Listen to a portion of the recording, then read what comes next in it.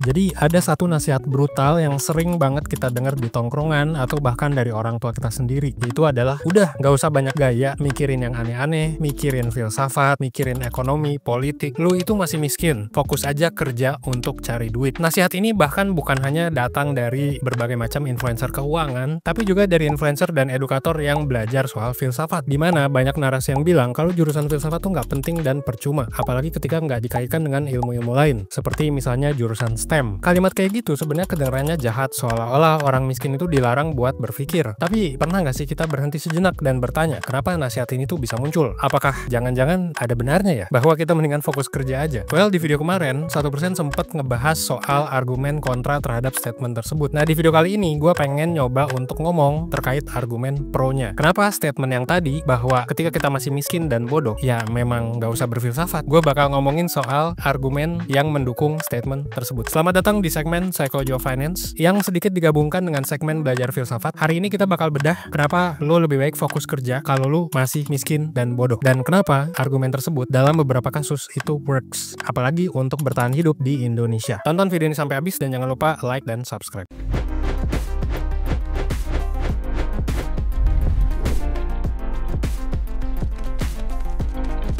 Welcome to Psychology of Finance.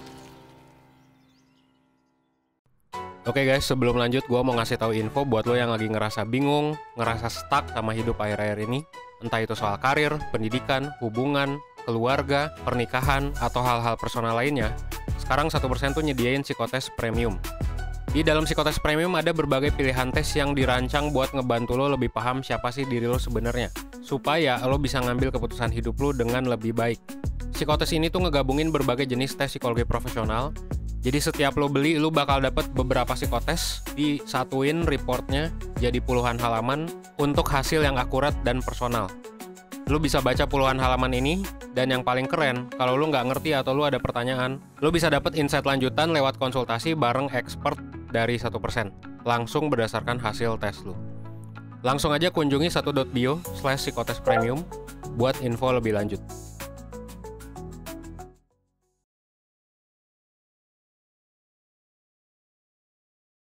Oke, biar gampang, kita bakal bedah sebenarnya alasan utama kenapa lu harus fokus kerja daripada berfilsafat, berpolitik, berdiskusi, dan lain-lain. Oke, alasan pertama adalah kurikulum kehidupan itu sulit untuk dilompati. Jadi, kalau lu menganggap kehidupan itu sebagai mungkin sesuatu yang mengalir gitu ya, atau sebagai anak tangga gitu. Nah, kalau 1% menganggap kehidupan itu sebagai sebuah kurikulum gitu loh. Jadi kayak tangga atau bahkan piramida ya. Jadi di 1% kita tuh udah buat kurikulum kehidupan atau life skills kurikulum ini sejak tahun 2017. Dari berbagai macam riset yang udah kita lakuin, kita akhirnya bikin kurikulum ini. Nah, contoh di kurikulum 1%, kita diajarin bahwa ada fundamental yang harus dikuasai dulu sebelum lu naik kelas. Contoh, lu harusnya belajar soal cash flow dulu, misal level 1, lalu mungkin punya karir atau bisnis yang oke, itu di level 3, sebelum akhirnya pendapatan lu cukup untuk jadi investor yang pasif, ini di level 4. Jadi, sebelum lu menguasai level yang atas, misal level 2, 3, 4, ada baiknya lu menguasai level 1 dulu. Karena kalau lu belum menguasai level 1, level 2, terus lu loncat ke level 3, level 4, biasanya nanti bakal gagal.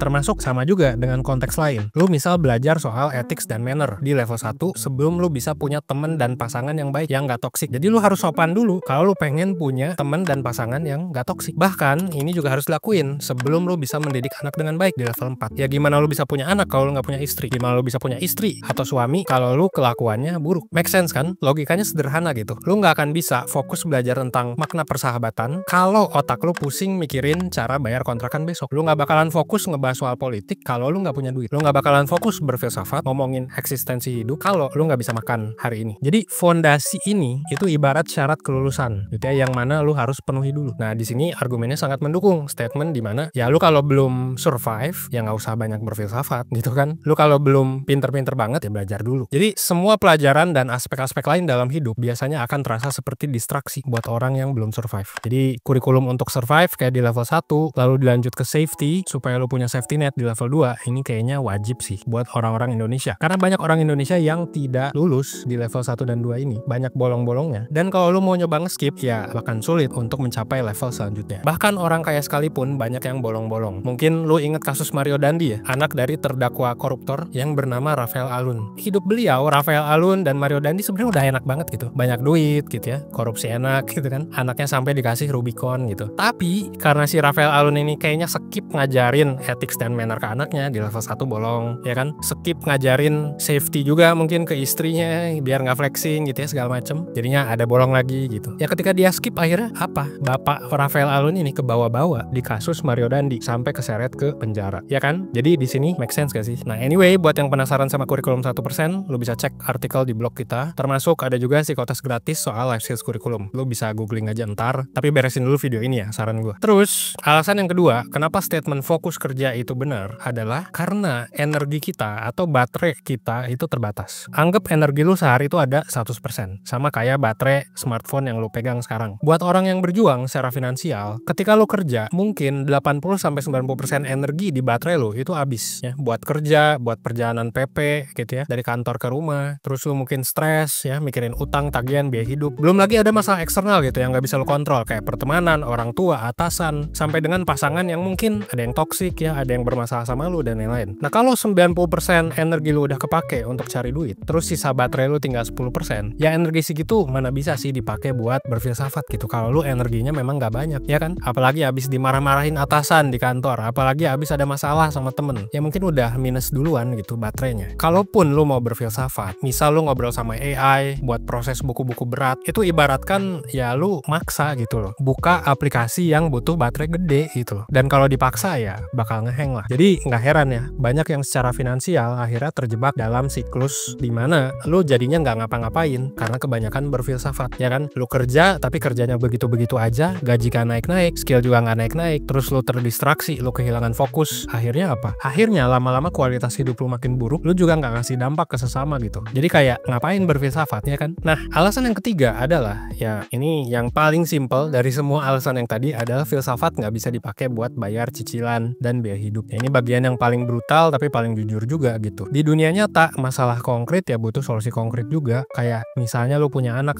lu butuh susu, jawabannya ya duit. Buat tempat tinggal lu harus bayar sewa kosan, ya jawabannya duit lagi. Motor lu mogok tiba-tiba, ya jawabannya butuh duit lagi. Kita hidup di sistem ekonomi yang berlandaskan kapitalisme, di mana duit, uang, atau kapital adalah hal utama buat survive, sekaligus juga untuk thrive atau untuk berkembang di dalam hidup. Fokus kerja, lembur, atau cari side hustle itu ya langsung kerasa jadi pendapatan lebih. Sementara kalau lu berfilsafat, lu baca buku, ya mungkin lu jadi lebih pinter, memberikan pencerahan, tapi pencerahan itu nggak diterima kalau lu mau beli air atau makanan di Indomaret gitu loh. Ke warung aja nggak diterima gitu, lu mau yeping apa buat dapat makanan gitu kan.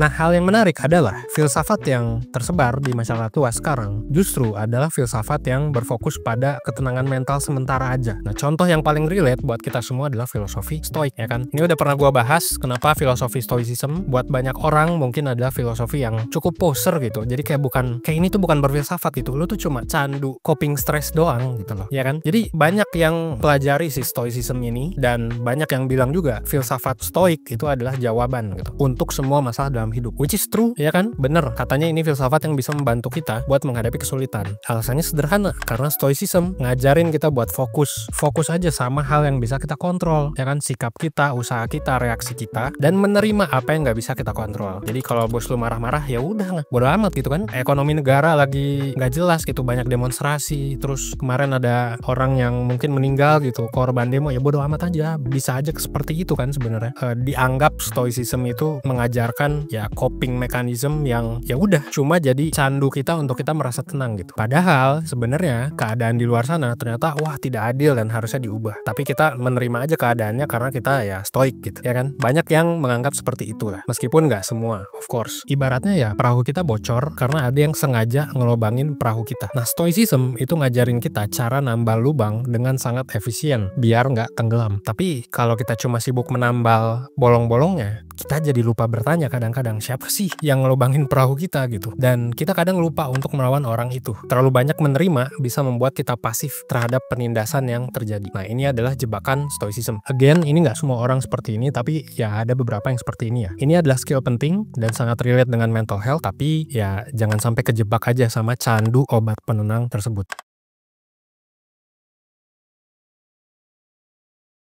Nah, tapi kalau lu udah melihat filsafat bukan sebagai candu, nah disinilah filsafat bisa jadi penting. Nah, lu bisa menggunakan filsafat sebetulnya bukan hanya sebagai obat penenang, tapi sebagai alat untuk menganalisis dunia. Nah, disinilah filsafat jenis lain masuk. Di sini filsafat bukan hanya sebagai coping mechanism, bukan hanya bertanya gimana ya gue bisa survive gitu, gimana gue bisa tenang. Tapi filsafat jenis seperti ini bertanya, kenapa sih sistem ini bikin saya susah survive-nya? Kenapa sih hal yang terjadi di dunia seperti ini? Apa yang harus saya lakuin? Nah, filsafat-filsafat seperti ini itu yang melahirkan kesadaran lebih. Nah, ini yang bisa jadi bagus nih buat tambahan ilmu, ya kan? Jadi bukan cuma sebagai coping, meskipun coping juga nggak salah. Nah, kita bisa ngelihat hal ini tuh tercermin di ya mungkin beberapa orang ya di aksi demonstrasi kemarin gitu yang sempat viral banget. Kalau kita lihat ya akhirnya jadi banyak orang yang lebih kritis gitu ya. Kayak kenapa sih gaji DPR gede banget gitu kan? Kenapa UMR gue kok nggak bisa bayar biaya hidup? Apakah keadaan seperti ini tuh adil gitu ya? Gimana sih cara buat mengubah kondisi ini? Apakah tuntutan gue udah bener apa belum gitu kan? Jadi banyak banget orang yang akhirnya jadi lebih kritis gitu kan dalam melihat hoax gitu. Ini ibu-ibu pink tuh hoax atau enggak sih gitu kan? Ini misalnya tuntutan kalau pakai warna-warna kayak gini tuh bagus nggak sih gitu. Nah, ini kan sebenarnya pertanyaan filsafat gitu ya yang bisa merefleksi diri sendiri, bisa merefleksi gerakan, bisa merefleksi keadaan Indonesia gitu kan. Nah, filsafat kayak gini ini berguna supaya kita bisa merenung, tapi bukan cuma untuk merenung atau mendengarkan video-video edukasi kayak gini gitu kan. Bahkan ini bisa ngedorong kita untuk lebih aware, bahkan untuk gerak gitu dalam konteks kondisi dunia. Bahkan filsafat kayak gini juga berguna di konteks-konteks lain kayak misalnya investasi. Nah, kalau misalnya lu suka investasi, lu mungkin tahu gitu ya tentang artikel ini. Jadi ada artikel legendaris yang menggunakan filsafat juga sebagai salah satu alat buat menjelaskan sebenarnya gimana kita harus investasi. Namanya adalah The Allegory of the Hawk and Serpent. Jadi artikelnya itu bagus banget menurut gua karena bisa membedah kegiatan finansial kayak investasi tapi pakai pisau filsafat yang bisa relate dengan masyarakat luas dan memang materinya juga oke juga. Apalagi di kondisi sekarang di mana kita sedang menghadapi krisis ya. Ya mungkin sekarang kita udah ada di resesi atau kita mau menghadapi resesi. Makanya dari kemarin kan emas naik, kita juga udah bahas di 2 video sebelumnya kenapa emas naik. Jadi filsafat itu sebenarnya bisa dipakai juga buat hal-hal yang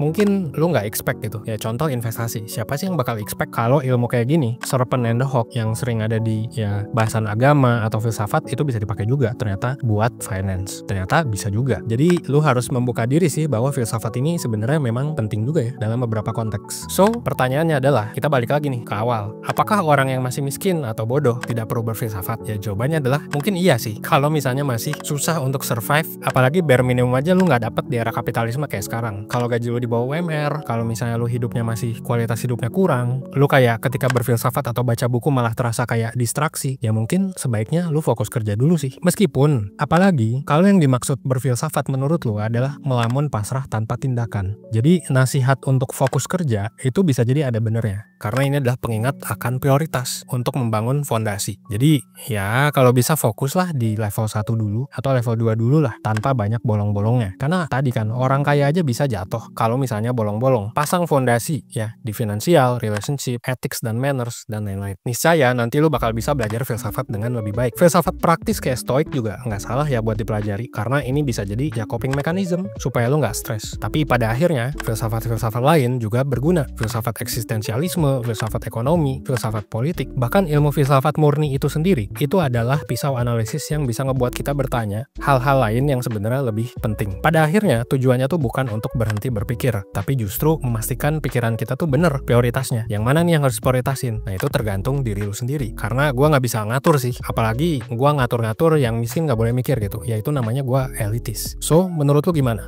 Apakah filsafat itu nggak cocok buat orang yang masih miskin atau masih bodoh? Atau justru filsafat tuh bisa memperkuat perjalanan mereka gitu menuju kekayaan, kebaikan, atau bahkan pergerakan? Taruh pendapat lo di comment section dan as always gue Evan dari 1%. Well, thanks.